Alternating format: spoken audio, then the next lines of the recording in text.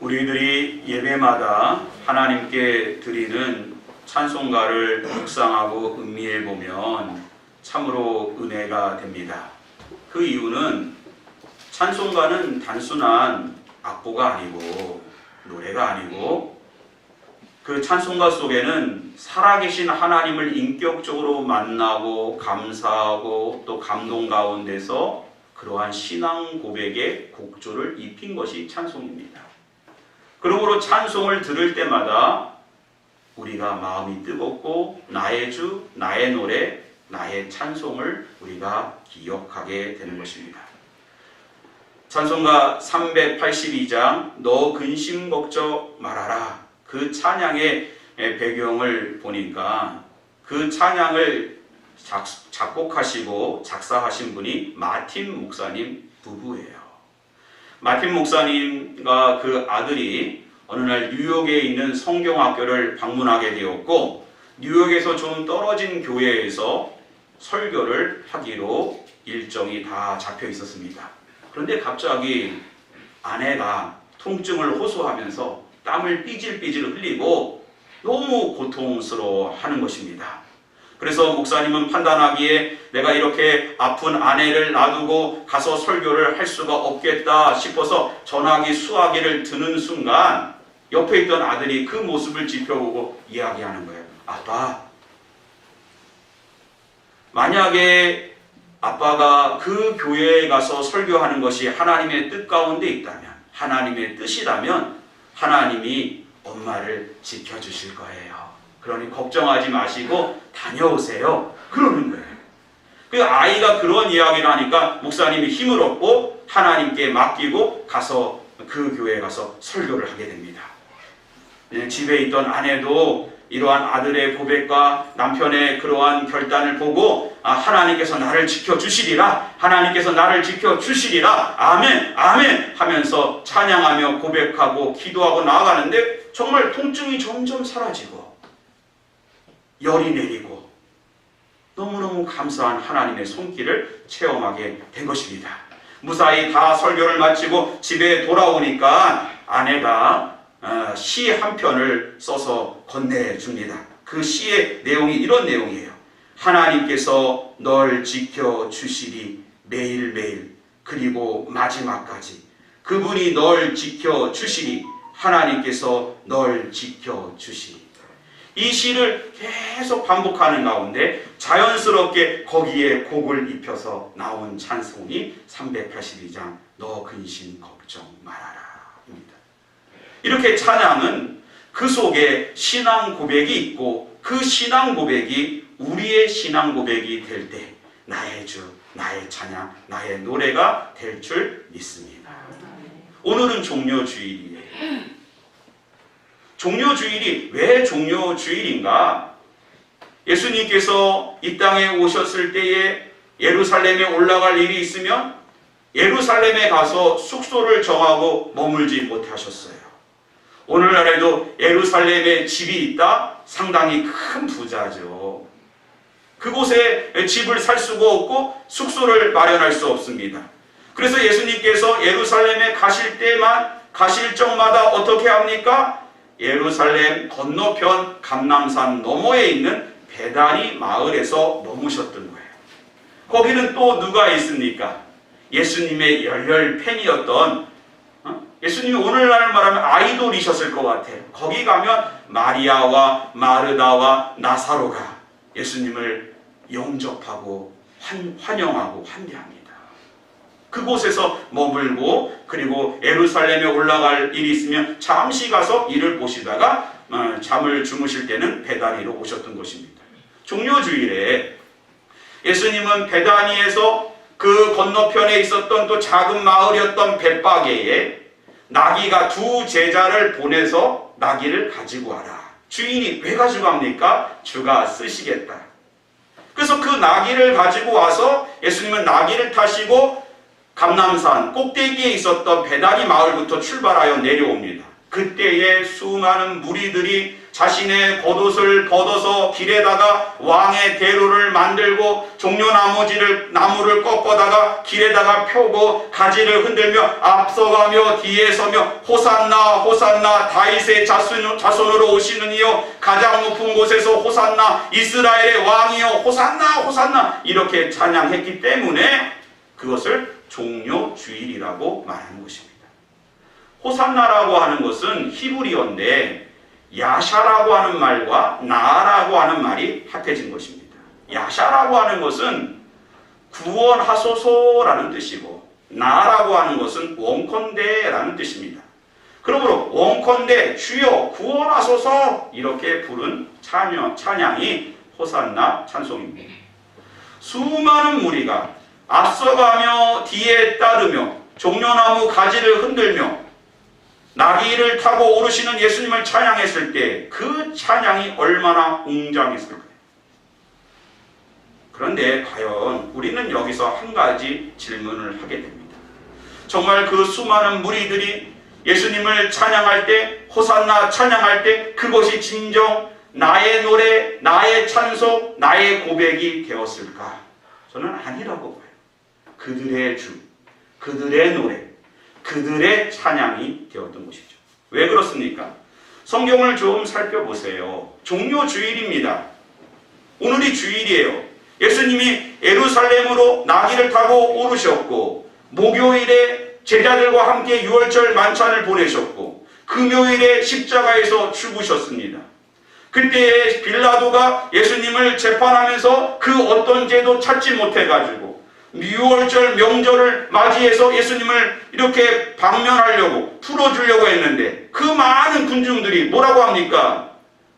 예수를 십자가에 못 박아라. 예수가 십자가에 못 박혀야 된다. 이렇게 외치지 않습니까? 불과 며칠 전에 불렀던 호산나는 다 사라지고 그들은 이스라엘의 왕을 노래한 것이 아니라 예수를 십자가에 못 박으라고 말했기 때문에 호산나의 찬양은 나의 주, 나의 찬양이 아니었던 것입니다. 오늘 종료주일 우리의 찬양은 무엇일까요? 나귀를 타고 예루살렘에 오르시는 예수님 앞에 진정 우리는 나의 주, 나의 왕, 나의 호산나, 나의 구원자가 이러한 찬양이 있기를 주님의 이름으로 기원합니다. 네. 종료주일에 예수님께서 예루살렘에 오르시는 그 모습은 사복음서에 다 기록되어져 있습니다. 마태복음에는 21장에 있고요. 마가복음에는 11장에 있고요. 누가복음에는 19장에 있고요. 요한복음에는 12장에 있습니다. 그런데 마태, 마가, 누가는 공간복음이고 요한복음 오늘 본문의 말씀과 기록하면 많은 부분 생략되어져 있습니다. 어떤 내용이 생략되어져 있냐 하면 공간복음에는 두 제자를 보내서 벳박에 가서 나귀를 끌어오르는 그 모습이 자세하게 기록되어져 있고요. 또 예수님이 나귀를 타고 내려갈 때에 사람들이 겉옷을 벗어서 또 왕의 대로를 만들고 종려나무 가지를 꺾어서 그 길을 만든 모습도 자세하게 기록되어져 있지 않습니다. 그러면 왜 이렇게 많은 부분이 생략되어져 있을까? 사실 학자들이 이야기하기에요. 공간복음은 AD 60에서 70년에 기록되어졌고 요한복음은 AD 90년에 에베소에서 사도 요한에 의해서 기록되어졌다라고 되어 있습니다. 그러니까 종료주의를 그동안의 초대교회가 20년, 30년 그렇게 지내면서 정말 종료주일 우리가 무엇을 붙잡아야 되는가? 우리가 어떤 마음으로 호산나를 외쳐야 되는가? 종료주일 우리들의 신앙은 어디에 중점을 두어야 되는가? 어떠한 신앙 고백이 우리 가운데 있어야 되는가? 그들이 회를 그렇게 거듭하면서 그 시간을 흘러보내면서 종료주일의 의미를 되새겼던 것입니다. 그러므로 생략되어져 있다고 하는 것은 어떤 부분은 강조되어져 있다는 것입니다. 오늘 그 요한복음에 있었던 교인들이 어떻게 종료주일을 보내고 어떤 은혜와 메시지를 붙잡았는지 오늘 함께 나누는 이 시간이 되기를 주님의 이름으로 축원드립니다. 첫 번째로요, 12절 같이 한번 읽어보겠습니다. 시작. 그 이튿날에는 명절에 온 큰 무리가 예수께서 예루살렘으로 오신다는 것을 듣고, 이렇게 많은 무리가 당시의 종료주일에 예루살렘에 있었던 이유는 크게 두 가지가 있는데, 하나는 유월절을 지키기 위해서 전국에 있었던 이스라엘이, 갈릴리서부터 이 유다 광야까지 있었던 유대인들이, 이스라엘이 예루살렘으로 모였기 때문에 많은 무리가 있었던 것입니다. 당시 예루살렘은 학자들이 한 4만에서 많이 살아야 10만 명 정도 있었다는 거예요. 그런데 고고학자들에 의하면 유월절 당시에 예루살렘에 20만 명이 넘는 수많은 사람들이 있었다는 거예요. 그렇기 때문에 많은 무리가 예수님을 따랐던 것입니다. 또 요한복음에 보면 요한복음 12장 전에는 어떤 사건이 있었어요? 죽은 나사로가 살아난 사건이 있었습니다. 오늘 본문에도 그것이 언급되어져 있습니다. 17절에 보면 나사로를 무덤에서 불러내어 죽은 자 가운데서 살리실 때 함께 있던 무리가 증언한지라. 죽은 사람이 살아난 모습을 보니까 또 많은 사람이 예수님을 따랐던 것입니다. 그러나 이러한 많은 무리가 웅장하게 호산나를 부르는데 요한복음에 기록된 이러한 본문에는 그 시기가 나타나 있습니다. 그 이튿날이라고 되어 있어요. 이튿날. 그리고 명절에 라고 정확하게 시간을 밝히고 있어요. 이튿날은 어떤 날입니까?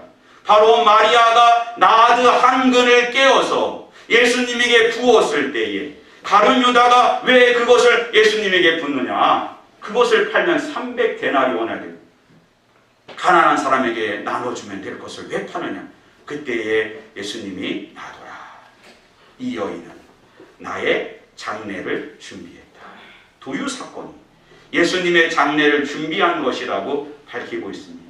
또 유월절이라고 하는 것은 이스라엘 백성이 430년 동안 애굽에서 종살이 하다가 하나님께서 모세를 보내서 10가지 재앙으로 애굽 땅을 치셨고, 나일강이 피로 물들고 10번째 애굽의 모든 장자를 하나님이 치셨을 때에 유월절 어린 양을 잡아서 그 피를 좌우 임방과 설주에 발랐을 때에 하나님의 사자가 패스오버했다. 바로 유월절 어린 양의 피로 이스라엘을 하나님이 구원하여 주셨다. 그렇습니다. 이 오늘 본문을 통해서 우리가 종료주일의 의미가 바로 우리도 예수님의 장례를 준비하며 유월절 어린 양이 되신 예수 보혈의 피가 우리의 심령 가운데 발라질 때에 예수님은 나의 주, 나의 찬양, 나의 왕으로 고백될 수 있는 것입니다. 할렐루야. 네. 그리스도인들이 청소년기를 보낼 때 너무너무 힘든 일이 하나 있습니다. 그것은 바로 나는 누구인가 정체감을 갖는 거예요. 그런데 예수 믿는 아이들이 더 힘든 것은 나는 누구인가 라고 하는 것이 어디 안에서? 예수 안에서, in Christ. 그리스도 안에서 나는 누구인가, 나는 왜 사는가, 이것을 밝혀내고 깨달아야 되는 것입니다. 그래서 청소년기에 정말 진정으로 예수 그리스도 살아계실 하나님을 만나는 그러한 체험이 있는 사람은요, 그 다음에 나는 누구인가라고 하는 모든 부분이 아주 그냥 맑게 해맑게 다 보여지는 거예요. 어떻게 살아야 되는가 그냥 다 나타나는 것입니다. 그러나 청소년기를 보낼 때 정말 인격적으로 예수님을 만나지 못한다면 그의 삶은 계속해서 방황하게 되고 세상을 쫓아가게 되는 그런 안타까운 모습들이 나타나게 되는 것입니다. 저도 그런 시기를 겪었어요.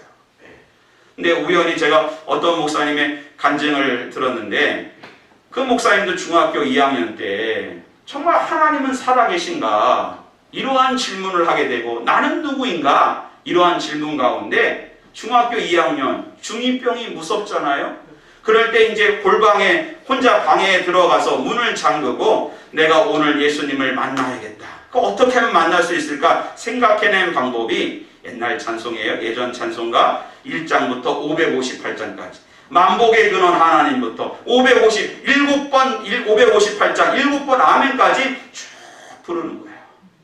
아는 찬양은 부르고 모르는 찬양은 넘어가고, 그렇게 찬양하는 가운데 언제부턴가 찬양이 그의 마음에 울리면서 이것이 나의 간증이요 이것이 나의 찬송일세.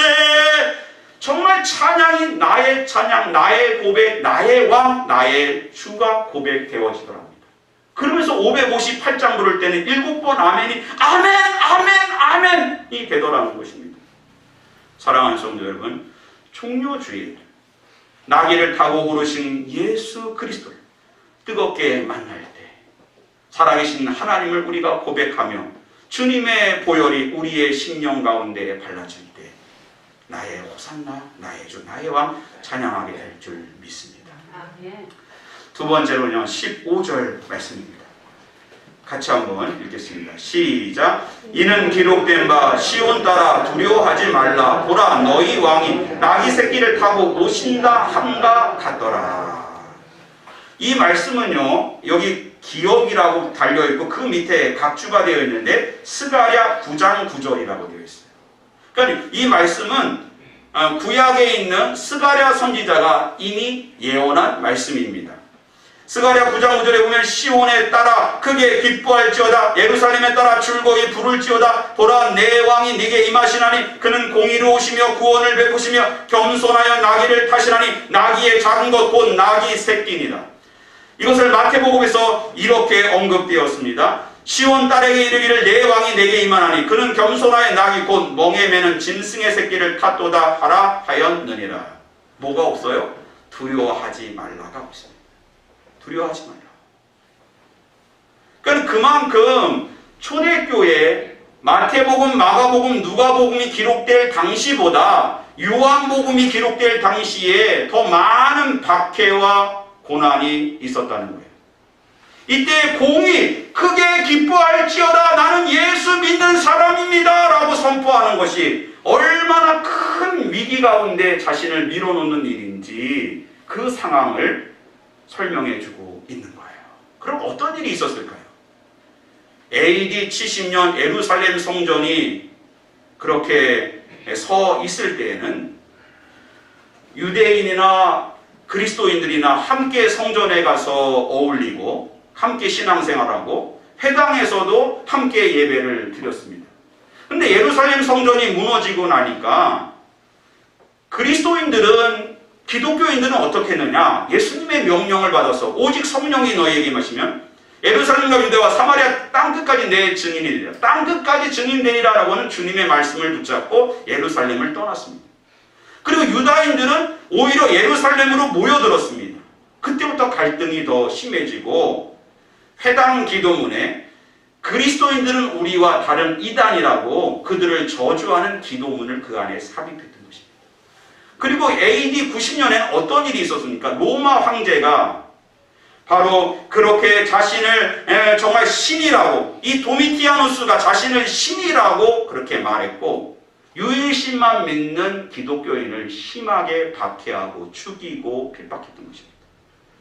그런 가운데 종려주의를 지키게 되고 그 가운데 두려워하지 말라라는 선포를 하게 되었던 것입니다. 왜요? 이스라엘의 왕이 우리 가운데 오시고 십자가를 통하여 부활을 선포하여 우리 가운데 진정한 승리자가 되시기 때문에 예수 그리스도가 우리의 평강의 왕으로 오셨기에 아무리 어떤 박해와 핍박 가운데서도 우리는 평안을 노래할 수 있고 감사를 고백할 수 있다는 것입니다. 이러한 평강의 왕이 우리 가운데 임할 때 나의 주, 나의 하나님, 나의 왕, 나의 호산나를 부르게 될 줄 믿습니다. 초대교회 감독 목사님이죠. 오늘날로 말하면 담임 목사였던 폴리캅. 폴리캅은 사도 요한의 제자이자 또 친구였습니다. 당시에 그 로마 황제가 자기만 신이라고 섬기려고 했을 때 폴리캅은 로마 황제는 신이 될 수 없다라고 많은 사람들에게 선포했고 그 일로 감옥에 가게 됐습니다. 황제는 그를 회유하기 위하여 네가 예수를 부인만 하면 내가 너를 살려주겠다. 폴리캅이 얘기하죠. 86년 동안 예수님이 나를 한 번도 모른다고 한 적이 없는데 어떻게 내가 주님을 부인하리요? 그럴 수 없다. 당신은 잘못됐다. 오히려 로마 황제를 비난했을 때 그는 화형장으로 끌려가게 됩니다. 화영장 앞에서 그는 이러한 감사의 기도를 하나님께 드립니다. 전능하신 주 하나님, 제가 이런 영광을 받을 수 있도록 허락해 주셔서 감사합니다. 다른 순교자들과 함께 그리스도의 잔에 참여할 수 있게 해 주셔서 감사합니다. 이런 기도를 하게 되었던 것입니다. 어떻게 이것이 가능했을까? 호산나, 이스라엘의 왕으로, 평강의 왕으로 오신 예수가 그의 심령 가운데 이미 왕으로 선포되어졌기 때문입니다. 오늘 우리는 어떤 종료주의를 보내고 있습니까? 진정 이스라엘 왕이 그 예수께서 주시는 평안이 우리의 삶 가운데 충만해야 될 줄 믿습니다. 마지막으로 16절 말씀 같이 한번 읽어보겠습니다. 시작. 제자들은 처음에 이 일을 깨닫지 못하였다가 예수께서 영광을 얻으신 후에야 이것이 예수께 대하여 기록된 것인가 사람들이 예수께 이같이 한 것임이 생각났더라. 그러니까 처음에 예수님을 따르던 제자들은 예수님께서 어린 나귀를 타고 예루살렘에 오를 때 수많은 무리가 호산나 찬양을 부르는 이러한 모습이 도대체 무엇인가 알지 못했다가 나중에 예수님이 십자가에서 죽으시고 사흘 만에 부활하시고 성령이 교회에 임하심을 통해서 경험적인 신앙을 통해서 경험적 알을 통하여 분명히 이스라엘의 왕을 선포하게 되었던 것입니다. 성령의 조명하심, 십자가와 부활의 산소망이 우리 가운데 없고 성령의 내적 조명이 없다면 우리는 역시 마찬가지로 눈뜬 장님과 같은 거예요. 진정한 나의 주, 나의 왕, 나의 하나님을 찬양할 수가 없는 것입니다. 오늘날에도 마찬가지입니다. 오늘 우리 가운데 십자가의 능력을 붙잡고 예수 그리스도 부활의 산소망을 품고 성령 충만함이 있을 때에 우리는 진정 나귀, 보잘것없는 어린 나귀를 타고 오르시는 예수님 속에서 만왕의 왕을 바라보게 될 줄 믿습니다. 어떤 목사님이 주일 설교를 준비하면서 울고 계신 거예요. 아내가 아니 목사님 왜 우시냐고, 설교 준비가 잘 안 되냐고. 그러니까 그분이 이렇게 고백합니다. 더 이상 십자가가 감동이 없어요. 말씀 속에서 감동이 없어요. 그분이 누굴까요? 바로 영국의 대설교가 찰스 스펄전 목사님이셨습니다. 역시 마찬가지로 오늘 우리가 십자가가 더 이상 십자가로 느껴지지 않고 부활의 산소망이 없고 성령의 조명하심이 없다면 진정한 예수 그리스도 나의 왕, 이스라엘의 왕을 바라보지 못하는 것입니다. 오늘 우리는 온전히 다시 성령 충만한 가운데 예루살렘 오르신 예수 그리스도를 바라보며 나의 주, 나의 왕, 나의 하나님을 노래하는 이 시간 되기를 바랍니다. 사도 요한은 훗날 이렇게 고백했을 것입니다. 성령 충만함을 경험하고 나서 다시 어린 나귀를 타고 예루살렘으로 올라가시는 예수님과 이제는 동행했을 것입니다. 그때 자신의 겉옷을 벗었을 것이고 자신이 준비한 종려나무 가지를 그 길에 깔며 흔들며 나의 왕, 나의 주, 나의 호산나, 나의 구원을 노래했을 것입니다. 이러한 찬양이 오늘 우리 가운데 있기를 주님의 이름으로 축원드립니다. 기도하겠습니다. 하나님 감사